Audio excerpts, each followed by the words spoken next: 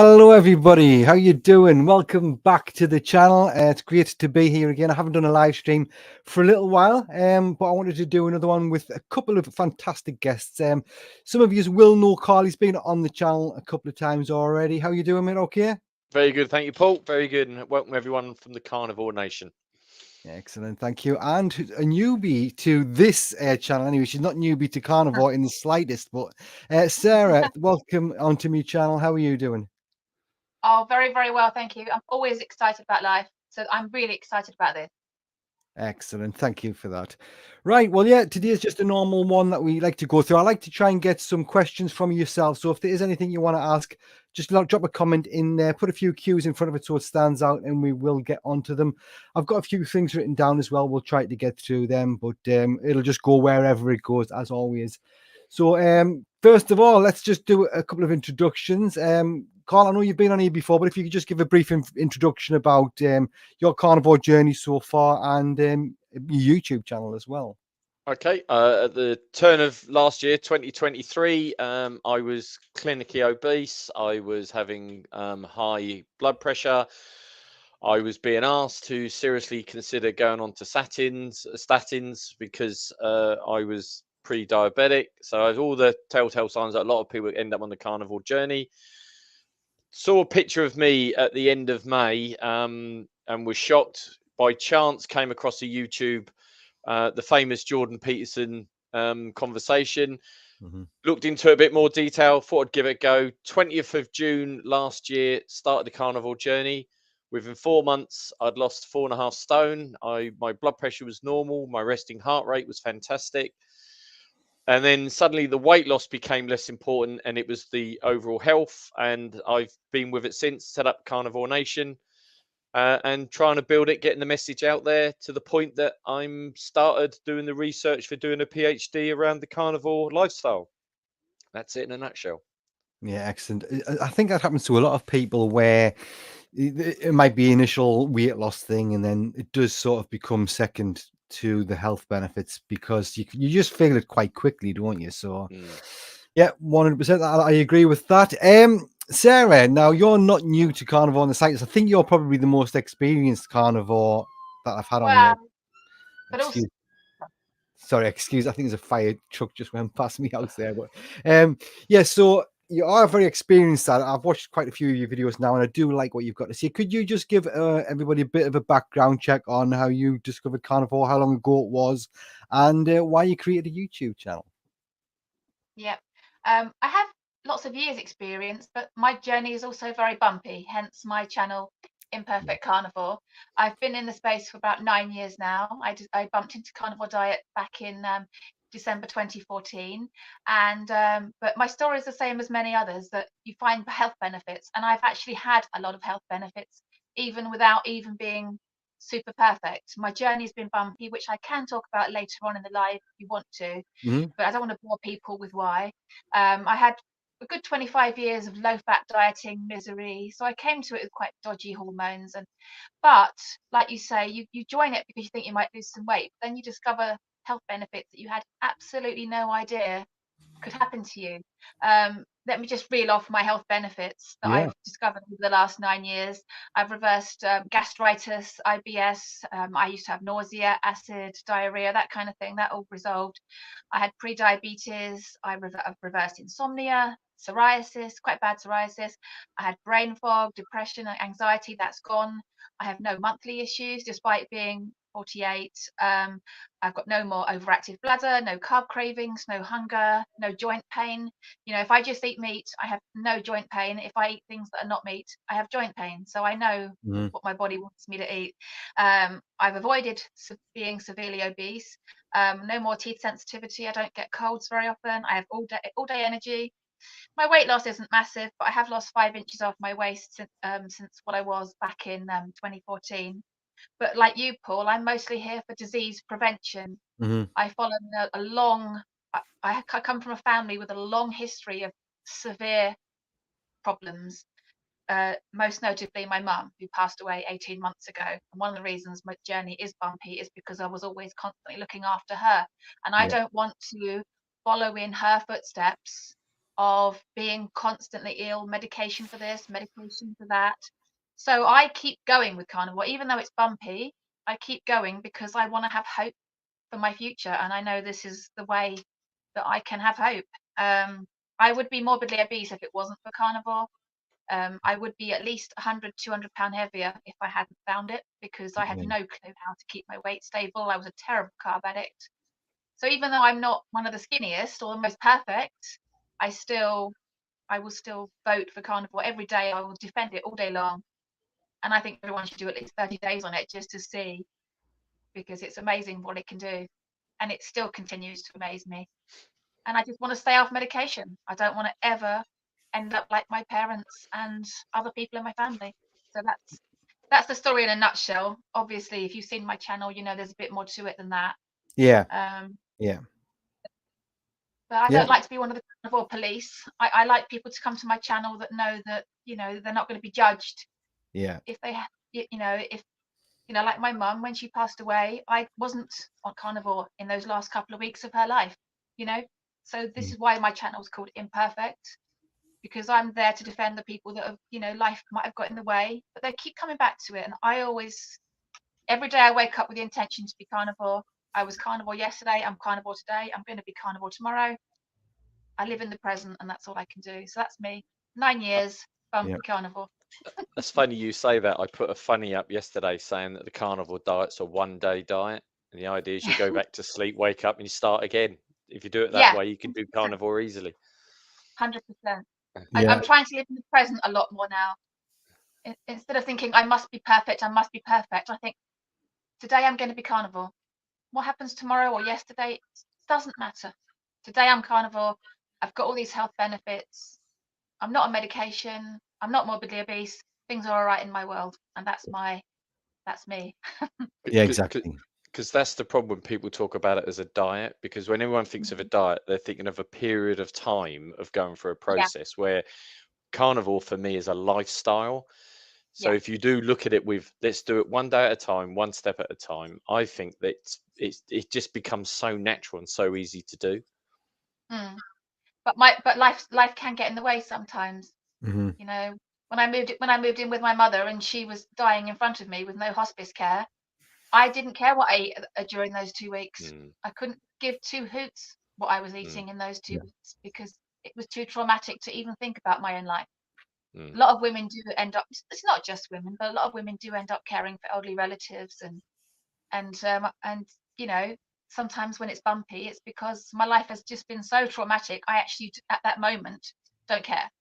But the day after she passed away, I did actually go back to carnivore straight away. Because I knew that I didn't want to end up in the state that she was in with multiple health problems. You know, she died at 71 with multiple health problems, and I'm terrified to not be carnivore. You know, people say, why are you frightened to be carnivore? You should be frightened not to be carnivore, because that's where health problems come from.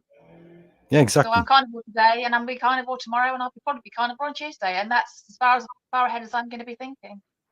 Yeah, no, that's the best. That's the best way to think about it. I like the fact, you know, even Carl's mentioned it before about carnivore police, because you do get them. You get the ones that say it has to be like this, otherwise you're not doing it right. You're not feeling the benefits. And to me, that's a bit of it comes across as a bit of a vegan mentality, where, you know, they always pushing. It's got to be this. It's got to be. It doesn't have to be that. I don't care what anybody says. It doesn't have to be that. We're not perfect beings. No. So I got all these health benefits being imperfect. Yeah. So I'd like to know what I'd be like if I was perfect, and I think I will be. I've still got time. I'm not planning to die tomorrow. I might have the next 10 years as actually being perfect, but I'm not going to put pressure on myself. That's why my channel's Imperfect. Yeah. It's a great username. To be honest with you, I could have easily used that myself, and I've only been doing it since August, so I'm a newbie to all this carnivore stuff. But I just want to quickly go through the chat, because we've got quite a few people popped in and said hello. So I'll just go through some of these. If I do miss anybody as well, I do apologize. They do come through quite quick sometimes. So hello everybody, good evening, depends where you are, whether it's morning or good afternoon, good evening. So that's Kentucky. Thank you for popping in. Anita Chisnell, she's just commented on a couple of my videos. I will get back to you and reply when I get a chance, so thank you for that. Hi all. morning to you. We've got Julie. Hi from Yorkshire. Love Yorkshire, beautiful part of the world, I think.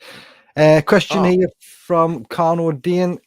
What are the best electrolytes to use? Them LMT ones are so expensive. Yes, I've never actually bought LMT. I've seen them advertised because most of the American YouTubers have like promos using these LMTs, and they do sound good, but I've never tried them, so I can't comment. I did buy some recently, and I tried them once, and I didn't like the taste at all. It was far too it had a very salty yet at the same time artificial sweetener taste to it, which I didn't like at all. So other than that, trying it that one time, and I did get some when I first transitioned to carnivore as well. I've just used normal salt on my food, just put loads of salt on everything. I don't know if the camera get this. These are the stuff that I swear by. I'll get it on the camera, right? I swear by. You get 240 tablets for about, I think it's about 12-13 pounds.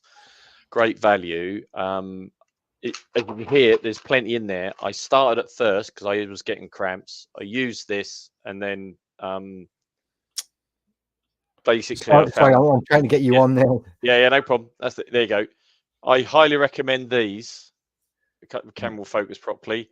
On one of my YouTubes, there is a link to it. I can't remember which one, but I can always send you the link to put on here later on, Paul.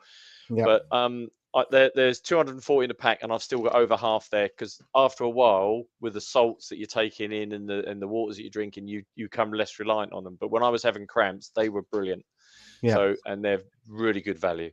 So do you think it is mainly a transitional thing, or do you think, because there was somebody mentioned this in the WhatsApp community as well, saying that everybody on carnivore should always use electrolytes all the time? Do you think that's the case, or do you think that you can just use it as a transitional thing? Well, I can only refer to me. I'm my own living experiment. When I first went on carnivore, I noticed within a few days I was getting cramps in my calves, and I was getting cramps in my feet, weirdly. So I then looked at what the issue was. I started taking electrolytes within a day or so. That had completely gone, and because of almost thinking it's the solution, I was using them. Then eventually I forgot to take a few, noticed I wasn't getting the cramp. So I haven't used them probably now for nearly 3 months, and have not felt the need. I put a lot of salt on my food, and I do drink sparkling water quite a bit, and I think the combination of those two, for me, works. Other people may have totally different needs, and as I say, none of us are doctors, so we can only refer from our own position. Yeah, exactly. How have you had any experience using the electrolytes, Sarah? I've actually never bought electrolyte products, and like you say, LMNT is actually prohibitively expensive in the UK. To get it shipped over here, I looked online, and it's about £70 for a pack of 30 or something to be shipped to the UK. And I thought, luckily though, I haven't really needed it. I tend to use a rock salt or a Celtic salt, and I just salt my food. But I don't drink excessively. I know that there's some myths floating around the health world that you have to drink gallons and gallons of water, and that's just what you do. But I just do what the veterans taught me to do back in 2014: eat to my hunger, drink to my thirst. I don't, I just go naturally. So I think you can get electrolyte imbalances if you are somebody that thinks, right, now I'm on a health campaign, I obviously must drink 18 gallons of water a day. Well, that's going to throw your electrolytes well out. So I just tend to drink when I'm thirsty, eat when I'm hungry, and that's how I live. So I don't worry. I don't worry about electrolytes. But I've been in the journey so long now, though, that my body seems to be quite cool with it. I can switch in and out, and my body seems to know what to do. Excellent. Yeah. Yeah. So I don't use any products. I just use salt to taste, drink water to thirst, and that's how I manage it, and I feel absolutely lovely. So I feel fine. I think you hit it on the nail there. It's listening to your body, because your body will know what it needs. And I always say to people, listen to your body, not your subconscious brain, because your subconscious brain will want sugars and glucose because it wants the quick high. But your body knows what it's lacking. And so when you eat some fats and butter and it tastes brilliant, your body needs it. When you suddenly eat it and it tastes greasy, then you know you've had enough. Your body knows. Listen to it. Oh, my body knows. Yeah. My body is very strongly in favor of carnivore. It tells me every time. Yeah. I know which way of eating my body prefers because it shouts at me if I don't do it. It knows. Yeah. It knows what it wants. No, I agree. Totally, 100%. Yeah, we've also got Anita in here from Lincolnshire. I used to live in Lincolnshire, beautiful part of the world as well. I used to live in a place called Anderby Creek. Beautiful place. Good morning. We've got another one here. Can't be doing with all the dogma and doctrine. That's the less grumpy old Ben. I like that. It's in the Philippines. All right. Right. Just sub to Imperfect Carnivore and Carnivore Nation. Excellent. Thank you for doing that. Yeah, if you haven't yet subscribed to them, do it. You can either do it now or do it after the show and send them some love on their channel. Okay, next thing, I do want to talk a little bit about the imperfection, especially with you, Sarah. I know you've had your struggles. What do you think your weakness is? I know you've said a lot of it is down to stressful situations, but is there a particular go-to thing that you like to have? Like for me, it's chocolate biscuits and things. That's my weakness. Is there something? I mean, is it what triggers it? You think, and what is it that you would go to generally? Yeah. For a starter, though, I'd like to say I never cheat on purpose. I'm not someone that says, "Oh, I'm going to schedule in a cheat day next week." If it goes wrong for me, it's always as a result of a really, really horrible day, or in the case of taking care of my mother over the last many years, it was me moving in with her because she's had a stressful operation. So I'm not someone that plans to cheat. I know I got a comment the other day from somebody that said, "Oh, surely your channel Imperfect Carnivore is just another excuse for the word cheating." I'm like, yeah, okay, I get points. I don't plan to cheat. No, It's always as a result of having a hideous day, or I was my mum's right hand man, and it was many years of in and out of hospital, problem after problem after problem, and sometimes I was having such a horrible time I didn't care what I ate. And I know there's got to be at least one person watching this now that will understand I was in such a state, I didn't actually care what I ate at that moment. But I went back to carnivore the next day and I carried on. But yeah, it will be the things that's my nemesis that I have to be kept away from is sweeties, like American call it candy, yeah, the pure sugar. Not so much chocolate. I can moderate chocolate very well. I can moderate biscuits and cake and all those kind of things. But I cannot, and I've never been able to moderate sweets. So luckily we don't have them in the house. We've got a very savoury family. yeah. My little one's just gone off sweets, so now we're not buying them at all now. So 2024 is going to go very well for me, because even if I did want to comfort eat for something, they're not there now. So that's good. But yeah, I just wanted to clear up the fact that some people think that I'm just glamorizing cheating for cheating's sake.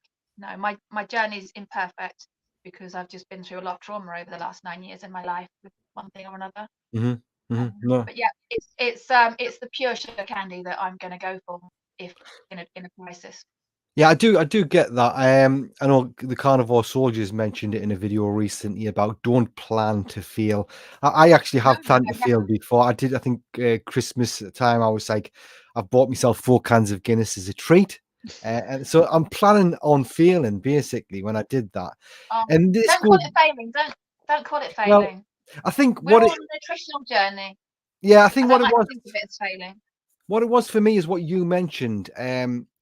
It's I have moments where I felt like I was missing out on life, and like you've said before about the grieving period, that I actually really do believe I had that, and that really struck a chord when I watched that video with you, because I was like, that's exactly what I'm doing. Whether it be at Yeah. work and they've got the someone's birthday and they've got the biscuits out, or if when I go to see my family, and you don't want to be. I'm looking at things. I'm thinking I don't want to think that I'm never going to be doing this ever again, and it sort of is, Yeah, we can't underestimate the power of rituals, culture. We are carnivores living amongst people that want to eat all of the things, and occasionally it's going to get to you. Occasionally you're going to think, wow, am I actually never going to take part in Yeah. this ritual or this culture ever again? And sometimes you're fine with it, and other times you're like, actually, that's really sad. Mm-hmm. Yeah. Yeah. I was watching a movie just now and some people in Italy were sitting around all enjoying a meal, and there was loads of them all sitting in the sunshine having this, that, and the other. And I thought, I'm actually glad I'm imperfect, because I may get the opportunity to do that one day, and I'm just going to do it, and I'll be carnivore the next day, and I'll still have all these health benefits, and that's okay with me. I Yeah. don't like the carnivore police. Yeah. People that say we should never, ever, ever enjoy ourselves ever, otherwise we're just absolute failures. Because we only are on this planet once, and I know that glamorizes cheating. I know I'm probably going to get criticism, but Yeah. my group is my YouTube channel is a welcome door for people that, you know that carnivore is the best way to eat, but for some reason it hasn't gone in a straight line for them. I think Anita in the chat has just made a very valid point. We're humans that have been programmed to eat a certain way. So don't look at it as cheating. It's just, and I think that someone else has put it's a pause in the lifestyle, because you say the biggest problem when people go on diets, they slip up, they beat themselves up about it and think, that's it, I'm not doing it, I'm not sticking with it. The advantage of the carnivore, as you said earlier, you can switch the next day and get straight back on it, and it's no issue. Where I tried being a vegan because I was concerned about my weight. My father was diabetic, and some of my brothers were becoming diabetic, and it was a big fear for me. I went down the vegan journey, found that I was the longer I went on it, the hungrier I became. I was never happy. I was grumpy about it. Where this carnivore diet has completely changed it for me, and I'm sure we'll touch upon it later, Paul, but Paul and I started January doing the lion diet, and recently in my week 3, I had a slight slip, mainly when it was because of bacon, not sweets or whatever, but I ended up eating some cookies that night, and obviously the repercussions from my body the following morning was awful. But that was a great reminder for me to say, it ain't worth it. Those 2 cookies I had were not worth the pain I had for 4 hours. No, 99% of the time it isn't worth it, is it? No, it's like a short-term pleasure, isn't it? It's like when I was what I mean by your subconscious brain. It felt like, I need those cookies. Like they're there. I've got to have them.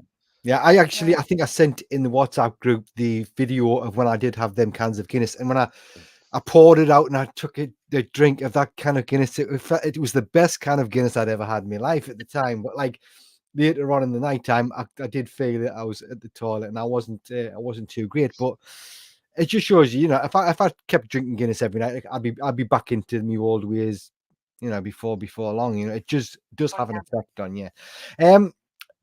Before I go to you, Carl, and ask you about any other imperfections you've had whilst you've been on Carnivore, I'm just going to quickly shoot back into the chat here. Yep.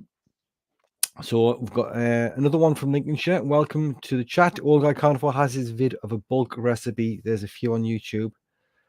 I'm not sure what that was talking about. Nia's Way. I've watched Nia's Way. Have you heard of Nia's Way? Nia's Way on YouTube as well. Very good. Have a look at that. She's a good carnivore YouTuber. Hello from the Netherlands. That's nice. Welcome to the channel here. Sorry, some of these are having a little chat amongst themselves as well, I think. Pendar, hello, imperfect panel and chat. Ohio here, but the struggle is real. That's true. Somebody from Essex, that's where I'm currently living now. I did see somebody earlier on put Newcastle in the chat. That's close to where I'm from. I'm actually I'm the red and white, not the black and white. I'm Sunderland for me sins. So and we've got good afternoon from London. Fractal Beans, she's regular. This person is a regular to the channel. Rich is always in here as well with the same old comment. Good morning from Copper Hill, Tennessee. I think this is the comment you were mentioning before, Carl. It's not cheating, it's being human after years of programming and being human. Yeah, totally agree with that. And that it's a generational thing as well. So call it a pause in your lifestyle. Yeah, if you do have that one day where you like you said, you had the pasta and you had the wine or whatever, it's not the end of the world. Hello, my friends. I've just discovered yet another reason to go zero carb. Fortunately, discovered it in a very painful way as I got the worst flare-up of ocular, which is eye herpes virus infection. Nightmare. Wow. That doesn't sound good at all. Hopefully that's better for you as soon as possible. I grew up in a family that was all about planning ahead for elaborate meals. And I do think planning is a massive thing when it comes to the carnivore diet. Have you, Carl? Have you suffered through lack of planning, or have you just, have you done any imperfections in your carnivore journey so far? Well, the only planning I did is I always made sure I had more steaks than I could possibly get through. So I've got 2 freezers jam packed, predominantly with ribeye, a few other cuts of meat as well. So I always had the opportunity to do it. I did the lion diet, well, technically finishing it today because I was going to do for the month or whatever of January. Yeah. And the one impection, I saw some of them in our group talking about doing this dehydrated bacon. So I thought, well, I'll do some, get it ready for when I come off the lion diet. And on the first night, my lovely wife was chomping through the bacon like it was going out of fashion. And I thought, hang on a minute. And just without even thinking, popped a bit in my mouth. The flavor was incredible. So I ended up having 2 or 3 pieces of that. And that was the same night that, because I'd done it, I thought, oh, you idiot. There were some cookies that are sat there for quite some time, and I thought, you know what, they're not going to do me any harm. And at 3 a.m. in the morning, I suddenly realized what a mistake it was. So that's so far my one big error, but it has been a proper wake-up call for me. That literally was a wake-up call because of the stomach cramps I was suffering. And it just reassures or reconfirms to me. I did like you. I went to the Boxing Day football, Ipswich versus Leicester, and I had a couple of Guinnesses then. And again, I had a few hours later stomach cramps, etc. So I'm finding if I do a cheat or pause, as we're going to call it, I find the repercussions are just not worth it. So it helps me stay on tune. Although I am looking forward to having some eggs and bacons in the next couple of days once I come off the lion diet. I must admit, I'm missing the eggs. Yeah, no, I totally get that. I actually went to Portugal last year with my son in October, and it's the first time he'd ever been abroad. He's nearly 18. It's the first time he's been abroad. It was the first time I been abroad in 20 years, and we were only there 4 nights. And so I made the conscious decision that I wasn't going to be the carnivore police while I was out there. And I did enjoy myself, and I don't regret it. But my digestive system was very bad while I was out there, and within 24 hours of being out there, I was thinking, why did I not just wait till I got here before I made my decision? Why didn't I wait? Because there actually were some restaurants we could have eaten at, and there were. So I preempted that it was going to be difficult to find things to eat, and actually it wasn't. And so, but I paid for it. I paid for it in a big way. I had digestive distress for the 4 days that we were out there, and when I got back, I had respiratory symptoms and brain fog, all sorts of things going on. I couldn't wait to get back into the carnivore lifestyle. I was back into it the next day. So that was a planned cheat. It was a one-off. We're never going to have that trip again. It was a one-off, but I did regret it. I did, looking back in retrospect, I wish I'd just waited until I got there before making the decision to take 4 days off. You wouldn't say it was worth it then? I don't regret it per se. I'm not going to beat myself up over it, but my body did tell me quite a big way, you should have waited. Instead of saying I'm going to take those 4 days off, you should have waited till you got there, saw what restaurants were available, saw what was on the breakfast menu in the hotel, and then made your decision. Because we ended up buying something on the plane which was off the carnivore lifestyle. So by the time I got there, I was already right. Okay, let's just have the most amazing time. And we did have an amazing time. But every morning when we went out for a walk, I had to go to the toilet 4 times before we could actually leave the hotel and go for a walk down to the beach. And if I'd stayed carnivore, I would not have had those issues. I would not have had the IBS symptoms coming back and having to go to the toilet 3 or 4 times before leaving the hotel. So yes, there was regret, but yes and no. Yeah. You know what I mean? But it's interesting because a couple of the people I've interviewed, there's Grumpy Ben, who's out in the Philippines, I did recently, as well as George, who was one of the earlier ones that I did. Now, Grumpy Ben actually plans a couple of days a month to have time out, as he puts it, and he has a few beers and whatever. But that suits him. It works for him. So, it works. Where George likes to have a beer at the weekend or some wine and whatever. And there's the comment there from old Ben. I don't know why he calls himself old Ben. He's younger than me, but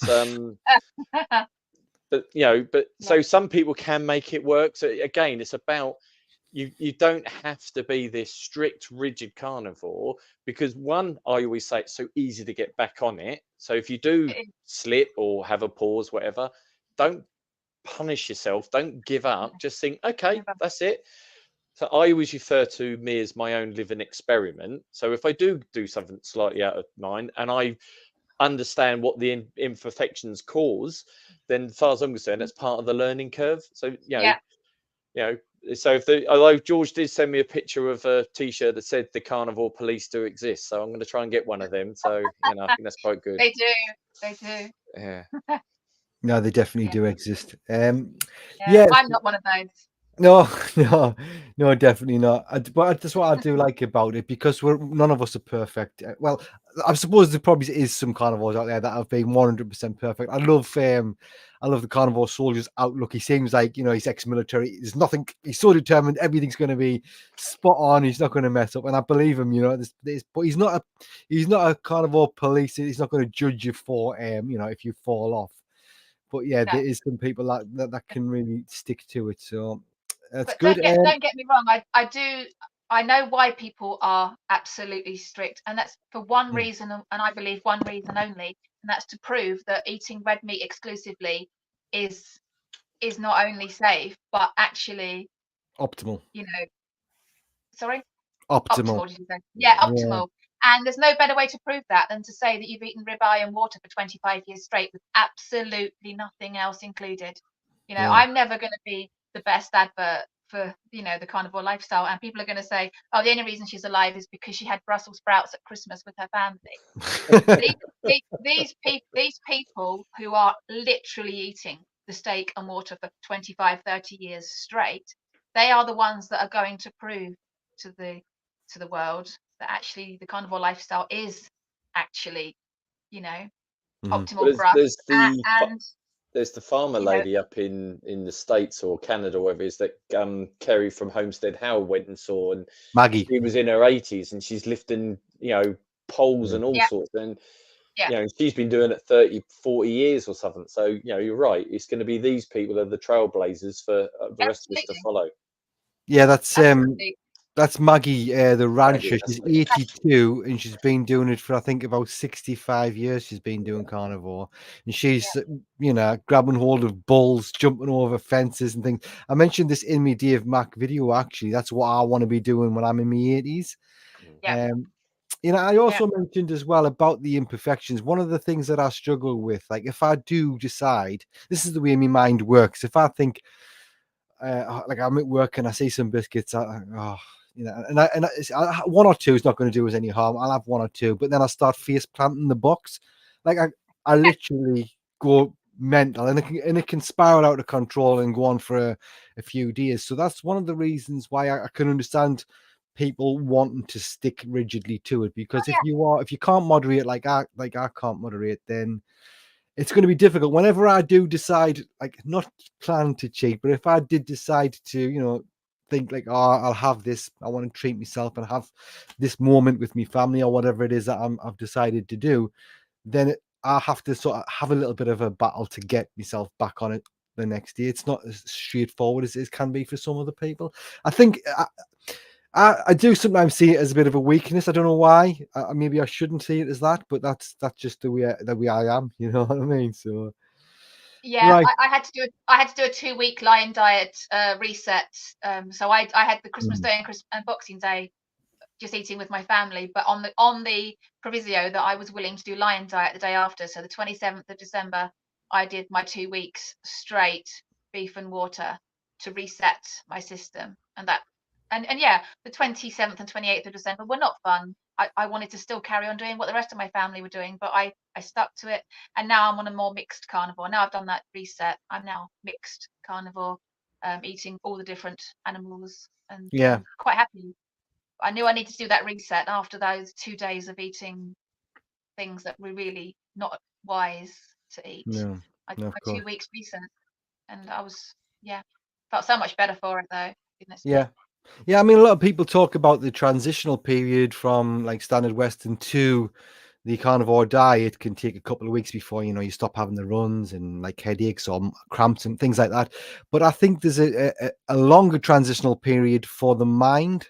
Like the body might adapt quicker to the carnivore, but the mind can take a hell of a lot longer. And it has for me. Like it's weird because I started off so determined. I didn't touch anything for the first few months, and I was fine, perfectly fine. But once I did it, once I stepped off, then I've had the battle. Like I've had the battle in December and in January when I went up to see my family. So it's a bit of a like not so much peer pressure is maybe the wrong word, but like a social thing with me that I sort of just back down.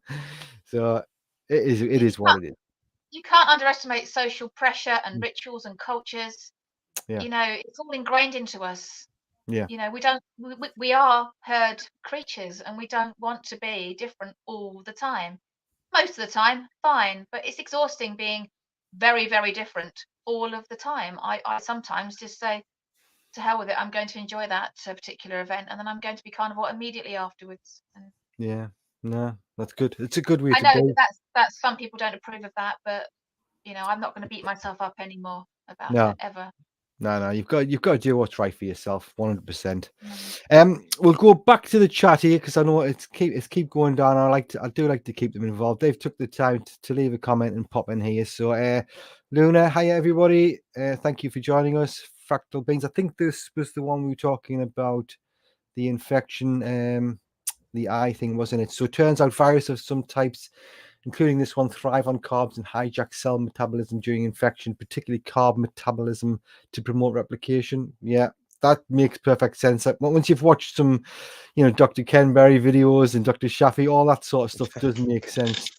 This is turning into a Sunday's confession session. Well, I did want to bring this up actually because we've got Sarah here, who is quite open about the imperfections she's made, and I've done it as well, and I'm sure there's more than just me and Sarah and Carl that's done There's things. a So lot of us. it would help people, I believe. Yes. Let's go down. Before the flare up, I had a meltdown, lots of stress, alcohol, carbs, the perfect storm recipe for this disaster. Yeah, 100%. Hello there. Thank you for dropping in. She is from Belgium. So people from all over the world today. It's great to see. We've got Karen. Karen Boom Boom Rocks. Hey. Karen, I know Karen. I think she's probably watching from your Hey, channel. She's watching from your yeah, channel because it's got a little she's link my on it. biggest supporter on my channel.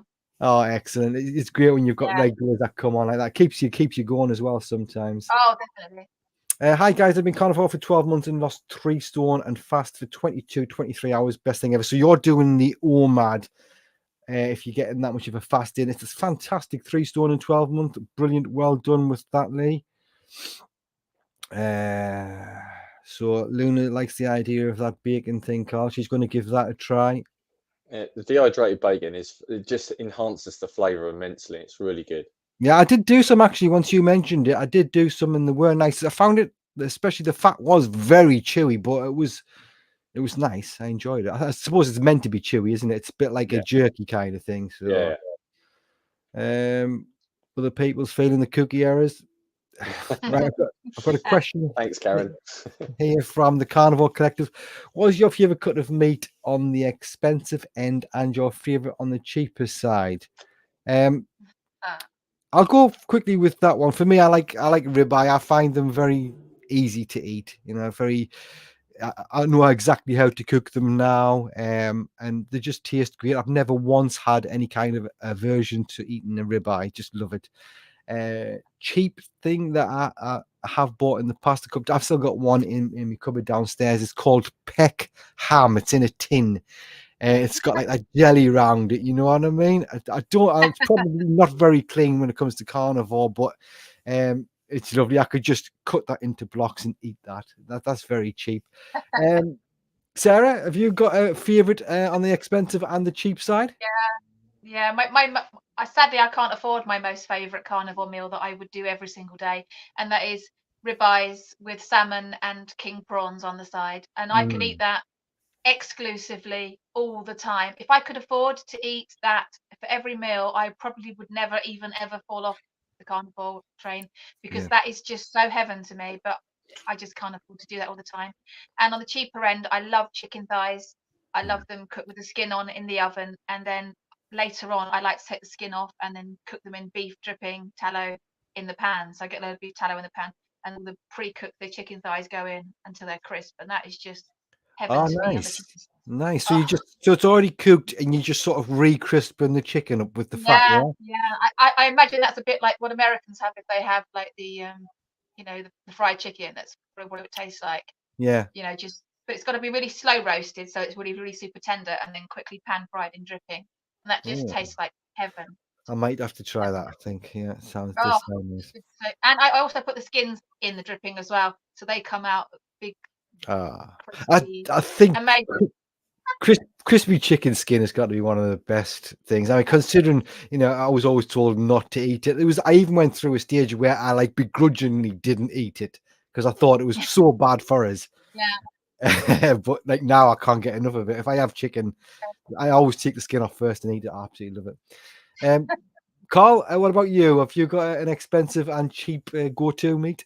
Well, the ribeye is the staple for me, and what I tend to do now, I there's a local butcher's near me that will sell me a 3 kilo single piece, which I will then cut in very generous portions. So that's my special treat. Although we've all tested some of the meat box people and the meat man's foods, and their ribeyes are better quality.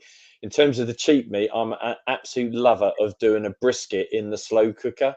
Do it for 6-7 hours, and I normally put a little bit of brown butter in with the water, and the flavor you get from brisket. And the good thing, if you do a decent sized brisket, which is a really cheap piece of meat, you can get 2 or 3 days out of that quite comfortably, and it's just so delicious, and it just crumbles in your mouth. So brisket would be my cheap meat, ribeye would be my more expensive. Yeah, I did. I don't know if you've seen it. I did the video where I made some brown butter, and it was horrible. Like it Your was so. face, honestly, I laughed for about 10 minutes. It's your face when you tried it. That was hilarious. I'm going to do a thing about making brown. I'll show you the correct way of making Yeah, it. yeah, no, I put it in ice cube tubes and cartons and whatever, and then I'll either pop them in my mouth like sweets, or I'll add it to my coffee, or I'll cook with it. And that brown butter just even elevates the flavors even more. yeah, definitely tag us in that video, and I'll give that a try. I haven't. It hasn't gone to waste. I do cook me ribeyes with that batch that I made, and it does, because it's got the bacon in it as well that I put in mine, and it cooks the ribeyes beautifully. Like so, they go so dark brown quickly, and they've got that little bit of bacony taste to the crust. Very, very good. Sorry. Have you got that photo that I sent you? That photo of my before picture when I was 5 inches yes, I'm bigger sure. on the waist. I don't know whether you have. I just Uh, wanted to show that I have lost some weight during this. It hasn't. My 9 years hasn't been a complete and utter disaster. But then it's all about the health, isn't it? My next decade birthday's 50, and I just want to not be like my mum. She was ill all my life. But it's interesting because I think the majority of people go on or discover the carnivore because of weight is being the issue. But within a short period of time of being on it, you suddenly realise the weight is secondary or third down the line, and it's the health benefits and the energy levels that you get and all that. I mean, I used to do judo internationally in my late teens and early 20s. So I was quite fit guy and all that. I'm now in a better condition now than I was then. And that's because of diet. Yeah. I have got the photograph, but it's on the phone which I'm using for me video. Okay. I should have put it into the brand. I can when I'll ask a question and I'll go and get it uploaded, so we do have it on here before we end, so I can show you, because it does show a transformation in it, definitely. So thank you for that. I hope that's answered that question. This guy Simon Stan is a guy, I think so. I've been carnivore for 3 months last year, January, February, and March, but I chose to go off tomorrow. I'm starting again. There you go. So you know the benefits and you want to go back to it. That's great to hear. Let's have a look. I'm going to just go through here. Oh, I'm 60 in August. Thought you were 57. You look younger, mate. You look younger. I've been carnivore since last June. I started my channel because for me, the benefits were so much about my weight as my mental health and other inflammation symptoms. Excellent. Meeting Wellness. I don't know if I'm subscribed to you, but if I'm not, I will check Like that that. out. Comment on one of my other videos because this live thing might disappear or I might forget, and I'll check your channel out, definitely. Yeah, what she says about mental health seriously runs in my family as well. My father had severe depression. My mum was always on antidepressants, and my brother is just going through 10 years of severe depression. So when I say I'm scared not to do carnivore, I really do mean it. Yeah. I'm walking in the path of so much health chaos in my family, and I'm the healthiest out of all my family, generation wise. And I want to be in perfect health. When I get to 60, I still want to be medication free with nothing wrong with me. I don't want to end up in the same way that other people in my family have. And that's like you said, Yeah. you said with Paul, didn't you? You said the same thing. Yeah. This is disease prevention. This is all kinds Yeah. of things. I don't want diabetes. I don't want mental health problems. Yeah. That's it. The I had my weirdest. blood panels done from the doctor, and there's nothing wrong with me. The doctor cannot find a single thing wrong with me, and that's fine with me. My thyroid's fine. My blood sugars are perfect. That's all I care about. That I can cope with going out and being in the world. If I can take part in the world and sit in an aeroplane seat, then I'm winning. Yeah. That's how I live my life. They I mentioned may about need to get more strict. Sorry, go on. Yeah, so they mentioned about inflammatory. That one of the most surprising effects I've had from being on the carnivore is my feet have shrunk, and to the point now that I've gone from size 14 to now I can fit into a 12, and it's probably saved Wow. me £150 a pair because I used to have to get my shoes made, and now I That's can actually amazing. go into a shop and actually buy a stylish shoe and it fits. So that's one of the little benefits. So because I never thought of my feet being inflamed. I'd never give it a No, minute's thought. And it's only no. when, unfortunately, I had to attend a family cremation, and I put these black shoes on I hadn't worn. They were like flip flops. Honestly, I'd never. And it was embarrassing because I was walking around this place when it's solemn, and all you can hear is flip flop, flip flop, flip flop with these shoes that I had on. So it's an unusual change, but just shows you where the inflammatory is and the benefits of being on carnivore. Definitely. No, 100%. I've had a different reaction since I started carnivore. I actually don't like the smell of things I used to eat beforehand now. I think that's why I'm strict. Yeah, I've heard other people mention that, or they've went and just splashed out and bought something they used to like, say a McDonald's Big Mac, and it doesn't taste as good as it used to. That is No. quite a common thing. Anita, I've been carnivore for 3.5 years. It saved my life and my health. That's fantastic. Yeah. I love reading things like that. I love how it gives us hope for our future. As Kerry from Homestead House says, being on carnivore gives us hope and power over our health. I probably, there will get to a point where I'll have to be more strict. I think that at some point I will get some kind of health thing where I think I actually am going to have to do this properly now without ever deviating. But as long as I've got the blood markers and the health and the vitality I've got, I'm just going to keep going the way I am. Yeah. My longest stretch is 6 months, and I'd love to beat that, but we'll see. Yeah, no, definitely. I'm going for it this year. I've been strict for a month. I'd love to next Christmas say I've done a whole year strict, but I'm not going to put pressure on myself. I'm just going to keep going. No, of course. I want to do a full year strict. Definitely, it would be a massive achievement, I think. I just put this comment up here. Yeah, I don't think I've seen him on here before. This is my older brother. So thank you for coming on and watching, mate. I hope you're having a good Sunday. Give me love to the family. Macam 49,000. You see his username, Carl. Yeah, I saw that. Yeah, Yeah. he's the member of the family that kept the hair, is he? So Yeah. He's still got it. I've still got mine. I just choose not to have it. I share it off because I'm a tight northerner. Doesn't like to spend 20 quid getting my hair cut every couple of weeks. So another benefit is that I don't have any grey hair. My mum went grey at 19, and I'm 48, and I don't have to colour my hair. So it keeps coming dark through the roots. The roots are super dark. So I see that as eating the meat. I don't know if there's a link, but considering everyone else in my family was grey and my brother's completely grey and he's younger than me, I think maybe it's the meat. That's what I'd like to think. There's Anyway. other people mentioned that. I've heard people talking about colour coming back into their beards, and Yeah, not that you need to Yeah. worry about that, Sarah, but No. yeah, but it's no, it's definitely. I have heard a few people mention that, like all sorts of things that you wouldn't even think about, like sleeping your eye on a morning, earwax, you know, like Yeah. little things that just no longer happen to some carnivores.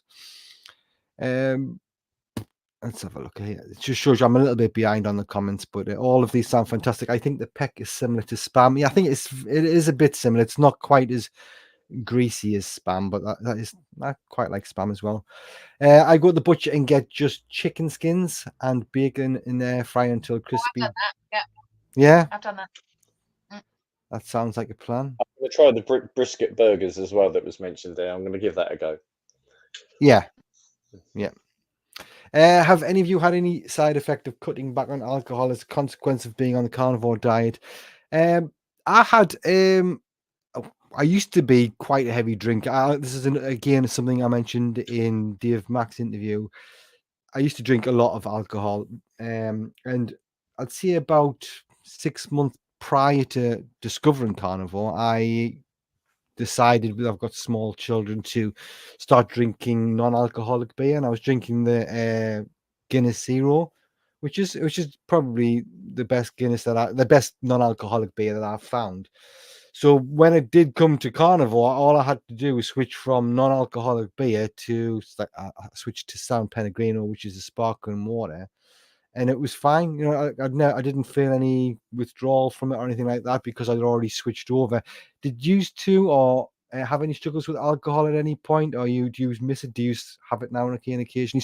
I know that some carnivores, George, he still has a few drinks on a weekend, and he's still had massive benefits on the carnivore diet. Carl, do you want to go first? Yeah, well, as you say about George, in the interview I did with George, he shed 7 stone, reversed diabetes, and maintained drinking a few beers at the weekend and drinking wine in the evenings. But what he did, he researched it, and he found the lowest carb. I think Pinot Noir was the lowest carb red wine he had. He did mention which white wine he had, and I think it's Carling was the beer, and they're the Yeah. lowest carb beers. So he could mix and match and still got the benefits. Myself, from an Irish family, so Guinness or the Irish water was a staple for me. I used to, like yourself, would really enjoy a good Guinness. I think at first, because obviously I sadly don't admit this after yesterday's result, but I follow Ipswich Town. I have a few friends of mine that we meet before the game, and we used to always have a few beers. It was just the done thing. And I thought I'd struggle with that, but I end to do is I buy a litre bottle of water at the bar, and that does me while all the others, and I find I got more money in my pocket because of it. So, and the other good thing is when it's my round, I'll always offer, and they say, well, no, it's not a fair balance. You know, you don't have to go better round. So it's even bigger results. So hope they're not watching today, because otherwise they'll sting me next time. But I didn't find the transition too difficult. I think again on George's one, he talked about the gin Ricky, which is gin with sparkling water or soda water and a splash of lime. So if I do fancy something when I'm out in a social environment, I will occasionally try a gin Ricky, and I haven't had one for quite a few months. But if you stick with the spirits and the distilled spirits, then obviously a lot of the nasties are gone, and you can do it. But life is for living. It's not about, as you say, we talk about carnival police and things like that. So it's about how it works for you individually. And I find I don't miss alcohol at all. Yeah. Yep. Excellent. What about you, Sarah? Any experience with that? I actually haven't really drunk much at all in years, because my father was a terrible alcoholic, and so actually myself and my brother were actually put off alcohol from a young age. Yeah. So even though I have had a little drink on very, very special occasions, it's actually got to be a really special occasion. So I can actually not drink quite easily. It doesn't suit me anyway, because if I do drink, it gives me I'm just got no tolerance at all for it, whatever. Yeah. So yeah, I'm virtually teetotal anyway, so that makes it easier for me, I guess, because Yeah. that's not something that we've all got things that we can find easy not to have. It's not that impressive for me that I don't drink, because actually I didn't anyway. So Yeah. it sounds impressive, but it's not really, because it just doesn't suit me, and it just reminds me of my dad when he used to drink. So Yeah. No, that's fair enough. That's a fair Yeah. point. Annette said, "Love knowing you guys are so open and honest about being carnivore in UK in 2024. I've been keto first and then carnivore for 3 years. It's a journey in the right direction. Great live show. Thanks." Lovely comment. She comments on my videos regularly, so thank you, Annette, for that. I really do appreciate it. And there is one thing I wanted to ask. Now, I know the answer already, but this is something somebody said to us on a Twitter post. They said that I'm living in a carnivore bubble. Like, it's just because I surround myself with the people that are believing in the same thing as me, and we're all just, picking out the good bits. And I'm sure most people know what a bubble is, but it did make us think, like, am I in a bubble? I mean, I've watched so many videos by the right people. I don't really watch that much of vegan content or other people, but I'm sure vegans also believe everything that they're doing is spot on. They hear loads of testimonials from loads of people saying how good they feel. Um, do you think, Sarah, that what makes you so sure that we're not living in a carnivore bubble? You mean like an echo chamber type Yeah, like, so you situation where you're just believing in, you've surrounded yourself by the people that agree with you, and so now you're only hearing good stuff. I think the fact that my journey is imperfect helps me to understand that it's not just a bubble, it's actually how we're supposed to eat. Because when I do eat the foods that the powers that shouldn't be are telling us to eat, I, you know, I've for 9 years I've actively avoided fiber, nuts, seeds, fruit, vegetables, whole grains. And if I do happen to eat those things on a rough occasion, my body reacts terribly, you know, awful, awful. So it's not, people are so shocked when I say I literally haven't eaten fruit for 9 years. And if I did, it was perhaps just one blackberry off a bush when I was out canoeing down the river or something.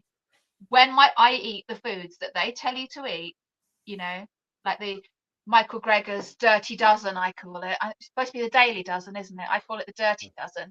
If I eat foods from his Dirty Dozen, I actually feel like crap. So that just tells me everything I need to know. But when I only eat meat, I feel perfect. I'd like some of these vegans to actually have a 30-day carnivore experiment, just so they can see if what they're saying is true, because they're saying that it's going to be bad. But how many of them are actually actively saying, right, let's give up plant food for 90 days and see what happens? None of them are going to do that. Whereas I have experimented. I have tried different things. I have, eaten foods that they tell you to eat, and the reaction with my body was always bad, always bad. So yeah, I do believe we are in a kind of echo chamber, but I think we do have to be, because how many of us have relatives and family and work colleagues and friends that are eating this way? Nobody. I've converted not a single person in 9 years. Not one person has turned around and said, oh, I'd really like to try that for 30 days and see what happens. I'm working with people that are eating everything. I'm living with people that eat everything. And so I think we have to surround ourselves by other carnivores, with other carnivores, just so that we can feel sane and be supported. Without this community, I would not still be carnivore, because it would just be too hard. There wouldn't be anyone cheering me on. So in answer to your question, yes, it can become a bit of an echo chamber, but I think we need the support. But I'd love the average vegan to go and do a 90-day carnivore experiment, so that they've got all of the facts and all the information. Say, actually, I tried carnivore for 90 days and I didn't feel amazing. Yeah. So they'd get such terrible oxalate dumping, wouldn't That would they? be great, wouldn't it? After all that Dirty Dozen food, they'd have such terrible toxic downloading that they probably would feel crap, actually, though, for a month. They probably would never get food. I think I'd love to say that if there was like a big vegan influencer on YouTube that decided to do a 90-day carnivore experiment. I know the moral thing about killing animals is with a lot of them. But if they could get over that just for the 90 days, just so that we could see how it does affect their life, that would be fantastic to watch. Every time a human eats, an animal's died. They just need to accept that. We've accepted it, haven't we? We've accepted that for us to exist and be healthy, the animals had to die. And it's not a thought, but we have just accepted it. We've just decided that we are going to be healthy. As Kelly Hogan says, you know, eat the animals, save the humans. We've decided that that's what we're going to do, you know. Yeah. Well, I'm putting my academic head on to answer the points raised there in using the boring thing called facts. The reason humans go into their various bubbles, as it's been described, is the nature of a human is tribal. So that's why people follow certain football teams, certain political parties, certain followings, because it's a tribal thing that's ingrained in us as humans. So when you are doing something like the carnivore that's different, you are naturally going to be attracted and pulled towards other carnivores because it's reassuring your tribal needs. So that's one part of the question. The second part, who are the people saying we're in a bubble? It's normally vegetarians and vegans or ill-informed people, because they're trying to justify to themselves why what they're doing is right and yours is wrong. I don't hear of carnivores going on vegan websites and starting to say, you're doing this wrong, you're doing that right. But it's the other way around is quite common. And I love a debate with a vegan or someone. And one of my channels, I actually got some extra subscribers because a vegan came on and tried and give me all the lecturate of what was going on. And again, boringly, I just used facts to answer the questions. And in the end, they realized they were losing the battle. You're right. A carnivore, an animal dies for us to survive. A vegan, millions of insects and animals and plants die to be a vegan or a vegetarian, but they don't look at that.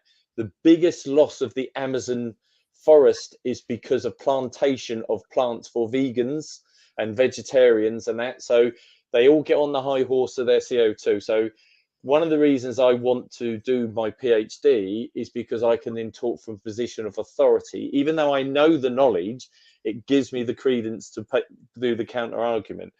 But if any carnivore is getting abuse or stick, just use facts, because they can't beat the facts and they fall down over. And I'm going to be putting a post up, I'm editing at the moment, about the research done proving certain sciences are wrong, and I'm trying to use a little bit of humor in it as well, because I like doing a bit of humor and stuff. But the message is quite clear that, you know, through my lifetime, I was told what the correct diet was, and everything I'm doing now in this last year has completely undone that. And now I've realized how I've been misinformed as opposed to being informed. And that's because I'm doing it to myself and I'm seeing the results. I'm not listening to in a paper or some media outsource. But going back to the original point, we're tribal, so we would naturally be attracted to joining a fellow tribe that meets our needs. So that's why, so it's not a bubble, it's human nature why we end up doing what we do. Yeah, that does make sense, 100%.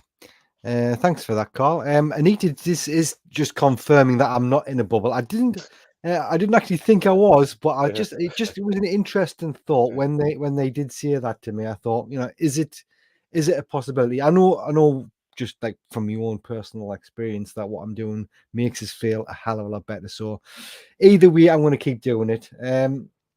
Just quickly go through some more comments. I've got a couple more questions if you've still got time. I don't know if we have gone past the hour mark, so if you need to go, Sarah or Carl, I'm good. I'm good.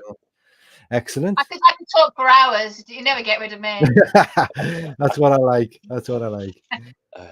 Yeah, another one's being told, meeting Melissa is being told we're in echo chambers. I think that's a common thing. Daniel said, I think my question wasn't well worded. My point was that being carnivore and feeling so healthy acts as a deterrent to drink alcohol in the first place. Yes. Yeah, 100%. So you're not waking up with the hangovers or feeling rough. Totally agree with that. Let's just quick go down here. Simon, yes, Paul, I know the benefits. Although I don't have big health problems, I want to avoid them in the future for sure. 100%. I think a lot of people think you have to have something to overcome. I didn't have any major illnesses. I wasn't massively overweight. I've done this for preventative measures in the future. You don't have to do carnivore just because you're overweight. That is the reason why a lot of people find it and do it, because it is successful with that. But you don't have to do it. That doesn't have to be your why, does it? to expand on that, my mother had health problems right from a very, very early age. She had a whole reproductive system removed when I was 13. She then had the thyroid removal when she was about 3 years younger than me. She had to have hips replaced, and then she had severe cancer. And then she went down the traditional route that I didn't really want her to go down. And then she died at 71 with just multiple medications and health problems about 19 months ago. And I was her right-hand man, so I was behind her every step of the way. Every time she went into hospital, I was there looking after her, moving in with her, taking her to multiple hospital appointments. And it was all incredibly miserable. And if there's any, I've said to my husband and many others, I will do whatever it takes to not have to suffer severe health problems. Literally whatever it takes. There's no place I won't go to. And if I did find out tomorrow that I had something, a cancer of some sort, I would go to the nth degree to avoid going down the traditional route. So I would do whatever I thought was going to get me better without actually taking any medication or drugs. That's just how I live. This is my grandmother here. I'll just show you a picture of her for those of you that don't know her. She was my grandmother who was married to a butcher, and she ate extreme amounts of meat and was against medication. And she was one of the healthiest humans. She's about the only healthy human that I know about in our family. And she lived to a very old age with nothing wrong with her, and I'm following in her footsteps. Eat as much meat as possible, don't take medication, and see what happens. And she would have done whatever it took to avoid the doctors as well, and that's what I'm going to do. So yeah, avoiding future problems is my thing. I do not want to have to suffer the way my mum did, but she'd had complete faith in the medical profession, and she didn't want to make any changes to her life. She was against the keto diet. She used to say to me, if I hear the word, I don't want to hear the word keto mentioned under my roof ever again. Please stop talking about it. So I said, okay, so we definitely don't want to hear about any of my options. No, I don't want to hear the word keto mentioned under my roof ever again. And that was it. I said, fine, okay, it's up to you. We're going to do what you want to do. And she died at 71 with complete and utter health catastrophe. So if there's anything I can do that's natural that I can do to prevent myself going down the way she went, then that's what I'm going to do. I'm probably going to live to 120. I've told my kids they're never going to get rid of me, because they're going to be like, oh, mum's 110 now, why isn't she dead yet? Oh no, she's still sorry. So whatever it takes. And I am going to get more perfect. I'm only 48. I've got other decades in which I can be perfect in. I might be perfect carnivore for the whole of my 50s. I probably will be. And I have hope. It's having hope for your future, isn't it? And not walking around with your fingers crossed thinking, God, I hope I don't get this or that. Yeah. Avoiding dementia, Alzheimer's, diabetes, the lot, really. And I think we can do it. No, you can. You can 100%. Like I think you've said in the past, it's when you're on carnivore, you don't have that fear or anxiety of getting cancer in the same way that you would have previously. You've got what you believe is something on your toolkit that you can use to, if you did get diagnosed with something, to fight it. I know Kerry from home said, how has a friend called Jeff de Prosperous, who's got stage 4 cancer, and he's fighting it with carnivore diet and lots of like 5-day fasting and things like that, and he's fit as a fiddle. Looking at the videos, he's way fitter than I am, and he's got stage 4 cancer. So it is good. I mean, we don't, we can't say for a fact 100% it's definitely going to work for every situation that's out there, but it's got to be the best. It's got to be the best option. But it has been proven that glucose and sugar feeds cancer. Yeah. So that's a fact. Yeah. But when people hear that, they just still don't want to stop eating it, do they? No. Everyone seems to have heard that message, but they're not acting on it. Yeah, and nobody complained to me. Nobody was ever worried about my diet when I was eating pizzas, McDonald's, drinking beer, smoking cigarettes. Like nobody said anything. Now I'm eating like bacon and eggs and beef. It's dangerous. I'm going to have a heart attack. You know what I mean? They weren't worried about the stuff that was actually going to cause the heart attack. But it's total brainwashed mentality from decades going back through the generations. They all become doctors, don't they? All of a sudden. Yeah. I had a big guy I don't want to mention names, but somebody that I know, big, massive fella. And when I told him I was on carnivore, he's like, "Oof, you'll end up having a heart attack." And I just thought, Yeah. I mean, You not have a mirror. what can you say? Yeah, what can you say? You know what I mean, without sounding like condescending. So I was just like, yeah, well, I've done my research, so whatever happens. That's all you can say. And like you were saying, Sarah, about your mum, my mum's still alive, thankfully, but she has her issues. She has high cholesterol. The doctor's just upped her dosage, and she's got arthritis. And I've told her, she knows everything, and I think she actually even believes it works, but she doesn't think she can do it. She doesn't think she can eat just meat.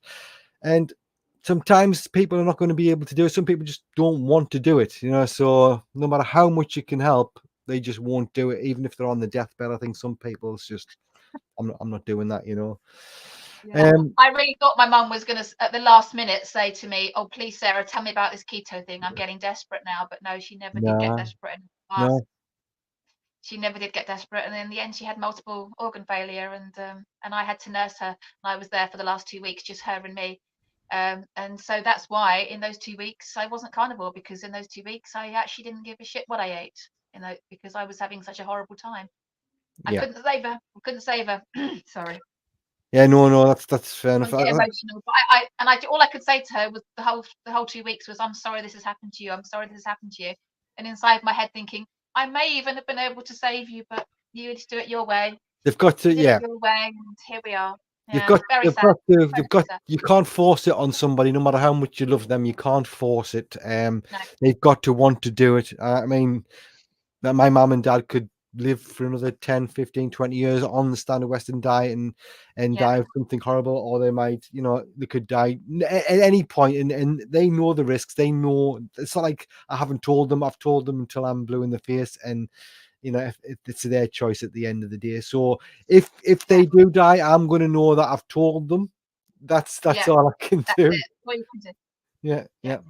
But again, just using boring facts again, the low-fat diet came in 50 years ago, right? And since that 50-year period, heart disease has increased, obesity is increased, dementia and Alzheimer's have all increased so rapidly that no one can actually put the two together and actually see that. Because I watched a post by the two guys from Australia the other day, and they were showing some pictures of the 50s and the 60s of Sydney, I think it was. And there was crowds of people walking up and down, and there wasn't a single obese person in that shot. And then if you look at it now, you're struggling to find the underweight person in the shot. And it's, you know, it's scary that people can't see the evidence in front of their own eyes. They believe what they're being told by the media and by the big pharma and the big food companies that are influencing certain researchers in a way that they only release the information that benefits their agenda. So, but you're right. You can say what you like to anybody. You can, the old cliche, you can take a horse to water, you can't make it drink, you know. But we've got to get the message out there, because, you know, it will change people's lives. I'm fortunate. My nephew, who I did an interview with, has massively benefited from it. His sister's now on it and benefiting from it. I've got friends that have been on it and they're all benefiting from it. I've not found anyone yet that has turned around and said, "No, I've got worse. My health has gone down." I've had a couple of people who've dropped out of it because it just wasn't right for them, or their issues with fat. Sorry, my camera keeps adjusting. I have to stop moving my hands around. But you know, as far as I'm concerned, you can only do what you can do. Don't beat yourself up about it, and hope that others can see how you're improving and want to follow. Yeah. I think the problem with me, though, is I never did have the dramatic weight loss, and I know that is because I have been imperfect. I get the logic behind it. If I'd been perfect for 9 years, I'd be tiny like Kelly Hogan. But and that's frustrating for me, because people only look at, you know, you have lost quite a considerable amount of weight, haven't you, Carl? So they can see it, whereas all of my health problems that I've reversed are all invisible, so they can't see it. You know, if I had lost a whole big bunch of weight as well, they may have paid me more attention, but my health as a result of my mum dying has got so bad now. Even when I do it, the weight doesn't come down. I can do it for months at a time and there's no change in my weight. I think it would probably take me 2 years of strict before I even begin to see any scales moving down. It's But very that's your frustrating. body, for whatever Yeah, my reason, body's is holding on to the weight as you yeah, class it as for a yeah. reason. It's not. Oh yeah, I 100%. was clinically obese. Honestly, a shame I should have sent you some pictures, Paul. But my wife's nickname for me was Moon because my face was completely round. You know, Oh, now I've still got cheeks and whatever, but you know, I've lost 4 of the chins already. You know, I've lost 6, 7 inches off the waist. That you know, I'm having to wear my son's tops and that because none of the old tops would fit me anymore. You know, it's. So, but yeah, and as Paul said earlier, the amount of people that come up to me concerned about how well I was looking because they were quite having me to be an elephant and chucking into pizzas yeah, and burgers and all sorts. But suddenly yeah. I lose this weight. They're all really worried about me and all this. And I'm like, just look what's going on. Yeah. Yeah, No, that's yeah. 100%. Right, I've got loads of comments. I do apologize if I'm missing them, but I do want to get a couple more things in with these guys before we end the stream. So, how we'll start with you, Sarah. How do you think you have changed as a person because of carnivore? Do you think if you never even discovered carnivore, like your mindset, you as a person would have been different? I actually did a video of this a couple of days ago to say, and it was about what my life would be like if I hadn't found carnivore. Just imagine I've never found it. And I think that the word that Kerry from Homestead How comes out with hope is probably the biggest one. Because if I had never found this way of eating, I'd be walking around like everyone else with my fingers crossed, thinking, "Oh, I hope I never get dementia. I hope I never get diabetes." Da da da da da. And now I can walk around feeling not cocky, but certainly an air of hope that I can keep my health, in a good place and not get really sick. Already it's working because by the time my mum was my age, she'd already lost a lot of body parts. She was well on her way to have her hip replaced. And there's nothing wrong with me. My doctor cannot find a single thing wrong with me. And I feel fantastic.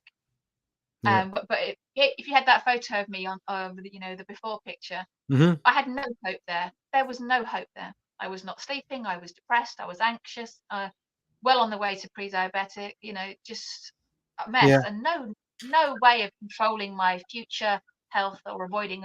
I would be a lot bigger. I said this in my other video. The way that my life was going at that point, if I hadn't found carnivore when I did, I'd be definitely at least 50 to 100, 150 pound, maybe even 200 pound heavier than what I am now if I just carried on the way I was going. So even though I Yeah. don't look ultra skinny or anything, I'm, compared to what I would be like if I'd not found it, I think it's night and day Yeah. in my personality, in my hope, in my confidence around my health, you know, Yeah, definitely. definitely night and day, night and day. I'll let Carl talk for a little bit just about it, see if he's changed. You can look at some of the comments as well. I want to get that picture up on here so that we can show people the difference. I'm just gonna block me camera and me mic for a second. Carl, can you just explain how you've changed as a person potentially from the carnivore diet, if you Yeah, have? sure. As I say, the point is, obviously, like a lot of people have got an Apple Watch, and I was getting various feedbacks from issues, and my resting heart rate was almost like a conscious rate, which is quite concerning. Blood pressure was on the up, so doing the carnivore was almost like a desperate last issue for me. And when I did it, I monitored. My weight was obviously coming down quite rapidly, but I think that was unfortunate in one of those because I think for my former days of sport and judo, I was able to lift weight and drop weight quite quickly. So my body's used to that immediate adjustment. Not everyone has that advantage. But amazingly now, my resting heart rate is about average of 52, 53, which is the resting heart rate of a teenager. My blood pressure's the best it's ever been that I've ever known. And I just find nothing but positives from everything that I've done. Even got cheaper shoes now. So I mean, who can complain about that? If nothing else, I've got shrinking feet. So that's beneficial. going back to some of the points you were talking about earlier, like with your mother, etc. Unfortunately, I've lost both my parents, but they both lived to their 90s. However, my father was the strongest man I ever knew and was brilliant. Then had a thrombosis go through his lung, which triggered diabetes for him. So he was technically type 1. He was put on a low-fat diet, as most diabetics are, and all the various bits.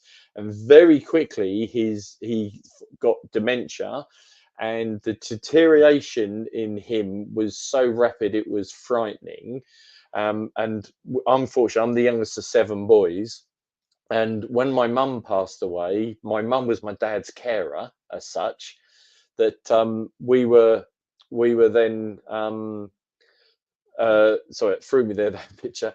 So we used to look after Dad, and so we were quite close to seeing demise. And subsequently, with some of the research I've done, I found out the importance of what animal fat does to the brain, to hormones, to the various bits. That had he not gone on that low-fat diet, I think, one, he wouldn't have deteriorated, and he would have lived even longer, because it was noticeable how bad things went once he went on the low-fat diet. So for me, I'm fortunate. I've seen my parents for a long period of time. Not everyone has that privilege, but seeing them decrease in health so rapidly, I'm trying to encourage some of my older brothers now to consider the way they're eating their diets. But it's as we've said before, it's their choice. It's it's down to them. It was interesting. I saw a comment earlier from Less Grumpy Old Ben about, because I did an interview with him last week. He actually had lockdown. The carnivore lockdown was the trigger that saved him, because he was able to lose the weight. But once he came out of lockdown and people saw the change in him, they were convinced he had cancer. So it's just amazing how people take the negative from such a positive situation. Right, so you're back now, Paul. I'll stop waffling now. No, thank you for taking over there. I did manage to get the photograph here. So this was, Sarah, how long ago was this taken? This was just before the 2 weeks before I found carnivore. So I had 5 inches more on my waist. Right. I was only about 20 pounds heavier than I am now, but my body's changed so much that actually I do have a picture of me with not much clothes on, but I'm not going to share it on the live. It's too embarrassing. But my shape has changed dramatically. I look like I weigh just under 200 pounds at the moment, but I actually look like I weigh about 175, 180 pounds now. So I have had a lot of restructuring. So the sheer amount of meat I've eaten in the last 9 years has meant that I feel really good. I feel really good. That's a massive transition. You said that you don't look that different. That is a massive transition. Yeah. How did you get on, out of interest? I'm fortunate because I went quickly into bone broth, but I found with my weight loss, my skin stayed tight. Did you find, obviously from your original size to where you are now, you had, because my nephew's struggling with loose skin and he's hoping it's starting to tighten. I was fortunate, my skin reduced as my body weight went. So how did you find? Because of being on the carnivore diet so long, my skin is perfect. I don't have any loose or wrinkling or sagging skin anywhere, and I think that's just for the sheer amount of collagen that I've eaten, and that my skin's aged really well. People tell me I don't look 48, but the kids at school, well, they're not much of a guess, so they're 9 years old. But people will say that I look 10 years younger than I am, obviously without the grey hairs and things like that. So it is very anti-aging eating this way. And my skin, if I was able to get the weight off, I think my skin would be quite happy and do what it's supposed to, because of all the collagen and all the amazing proteins that we eat in the meat. I just feel I will be perfect one day. I don't plan to be a carnivore disaster for the complete rest of my life. When I'm 60, I'm planning to be one of the veterans. I'll be I had 10 years of messing around, and then I was 10 years of perfect, and look at me in a bikini, and I've got good hope. Not going to go to seed just yet. Always have a goal. Always have a goal. Of course, and I'm exactly the same. I want to strive for perfection, really, on the carnivore diet. I know they say don't let perfection get in the way of excellence, but I'd just be happy to do one full year. I think if I got one full year without any hiccups, I'd be like, well, I mean, I'd be like, yeah, I can do this now. So, Yeah, um, my longest is 6 months without hiccup, and I can tell you it does get easier if you can get over those first 3 months. Because I remember at the 4-month point, it actually got to the point where normal food, well, I say normal food, variety food, just didn't look as appealing anymore. I don't want to tell you why I fell off the wagon after that 6 months, because it's just a stupid, pathetic story. It happened. It yeah, happened. It is what it is. And that's it, really. But talking yeah, about low fat diet, I was a slimming consultant for a few years when I was in my early 30s. So I actually brainwashed people and contributed.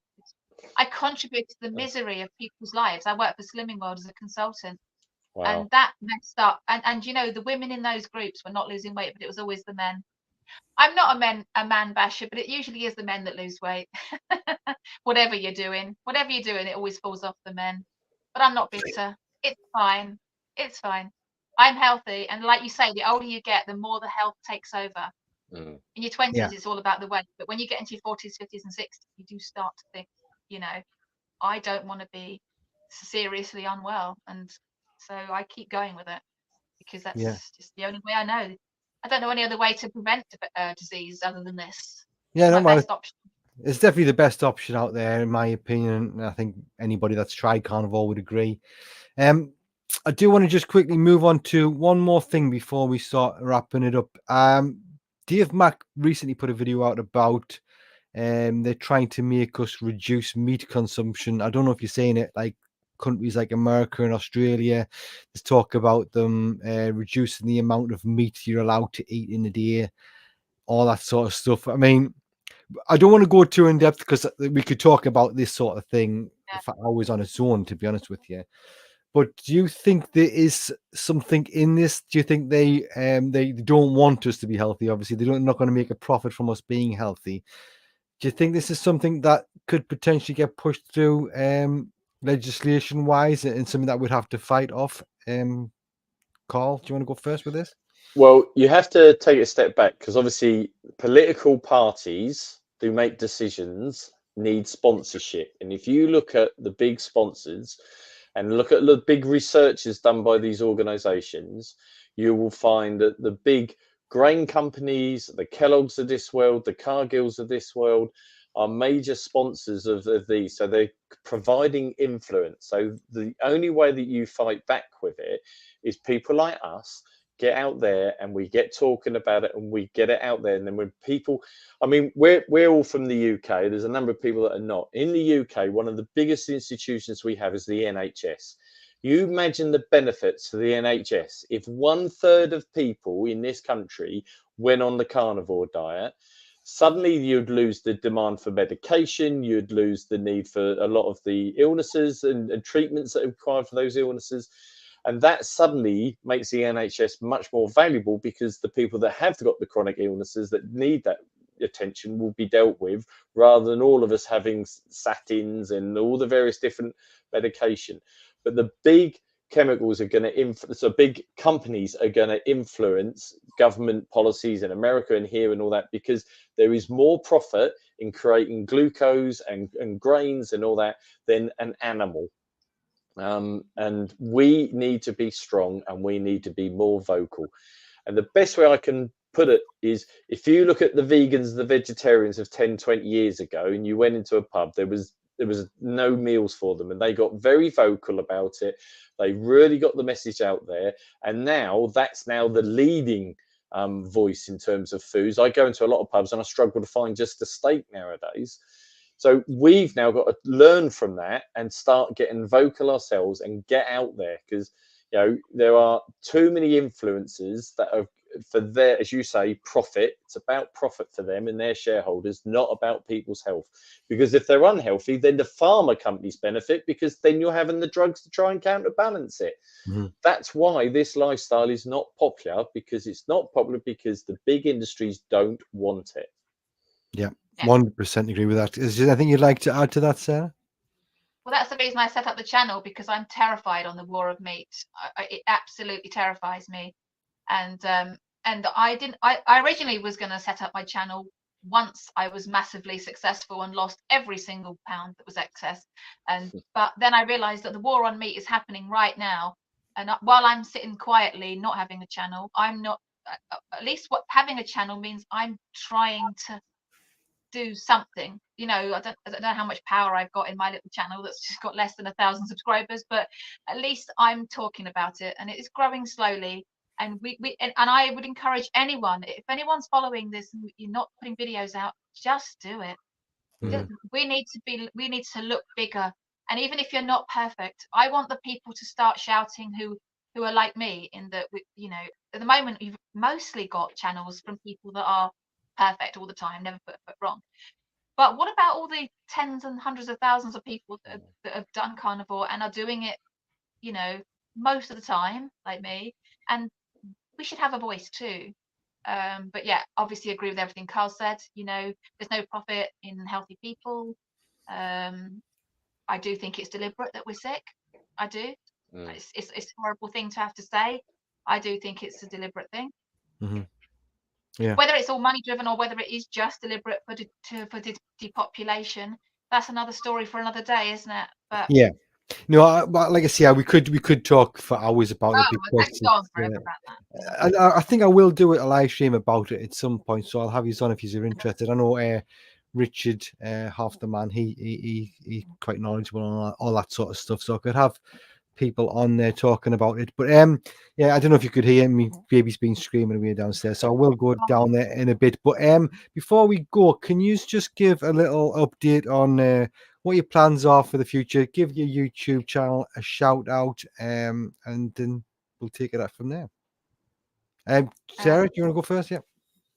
Yeah, I just want people to find my channel that want to feel at home with not being perfect. I think there's a lot of people out there that needing to find my channel. So somewhere to come where you know that you've got, you know, just a nice comfy little chat, you know, you're okay, it's okay to keep going.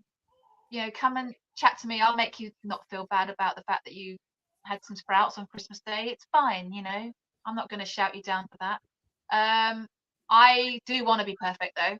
I will be perfect. I say that to myself every day. I say, don't beat yourself up. This is going to be a perfect channel one day. At some point. Yeah, really, that's it. Just not, may not be yet. It may be this year, you know. I've done my first month. Yeah. I plan to do another one and see what happens. Could be this year that I do my first 12 months, and I'm certainly going to down. We'll try. Yeah, well, it definitely can be. It can be. So good luck with that, Sarah. Yeah, I could talk a lot more about how I found Carnivore, but we can do that another day. You know, Yeah, the story of how I actually stumbled across it is quite big. But yeah, no, I would love to have you on again. I want to get Lauren back on again as well, because she's fantastic. I want to get another one done. That recent video she did about that, she's got so much on that now. I really wanted to congratulate her on that. I'll do it. Yeah, I think it's close to like 200,000 views or something along them lines. It's viral. Amazing. Yeah, amazing. Definitely. That's a story of someone that didn't have weight to lose. She had weight to gain. She was very, very, very underweight and very sickly, and it's turned her life around. You know, it's not all about weight loss. There's so much more to it than just that. Yeah, 100%, totally. So yeah, Carl, do you want to give a little? Well, yeah, I think my issue when I started off doing the YouTube channel is understanding what identity and what I wanted to do with the channel. So I did a bit of this and a bit of that, and I've now got a clearer view of what I want to try and do. So as I said, I've started already doing some study with regards to doing my PhD. So I'm going to use the channel to start putting out stuff that I'm finding out and uncovering, so it'd be more informative. But also I do stand-up comedy, so I want to also add a bit of humor to it, because I think when you laugh at something, you take it in more. So I'm going to be doing a mixed combination of some funnies as well as some much more fact-heavy details, so people can use it as a resource. So when they're getting battered by the vegans or whatever, they can go to my channel and they can find some information and hit them back with it and knock them for six. So because it is a battle. I mean, my wife jokes, because when I did the interview with Carnivore Soldier, we talked about it as a war, and we're fighting vegetables and broccoli and that, but it's not. It's the people behind that, and I feel that we just need to arm ourselves. And as I say, I keep using the boring word. It's called facts, because facts never lie. Yeah. So that's where I'm coming from. No, 100%. I absolutely love that. What Sarah was saying there about getting your voice out there, creating a channel. If you can do it. You don't need all this expensive gear. I've got my laptop down here, which is an old one. I've got my iPhone, and this thing, this picture that I put up before, I wanted to show is just I've jammed the mic. It looks all posh, but on the screen, but it's just jammed into the top of the bunk bed. And it's just perfect angle coming out. So it's just making do with what you can and get your story out there and spread the word about the carnivore diet, because it will change people's lives and save people's lives as well. So if you're not subscribed to either of these two channels, please do so. Like I say, their links are below in the description. I'm going to end it there. Is there anything you just want to say before I close it? No. Excellent. Okay, well, we'll leave it there. And thank you, everybody, for watching. I do apologize if I didn't get to your comment. I know there was loads there that I missed towards the end, so I do appreciate it. We will do more live streams, like I say. But yeah, that's it. You guys take care. And for now, we'll see you later. Thanks, Paul. Cheers. Thank you so much.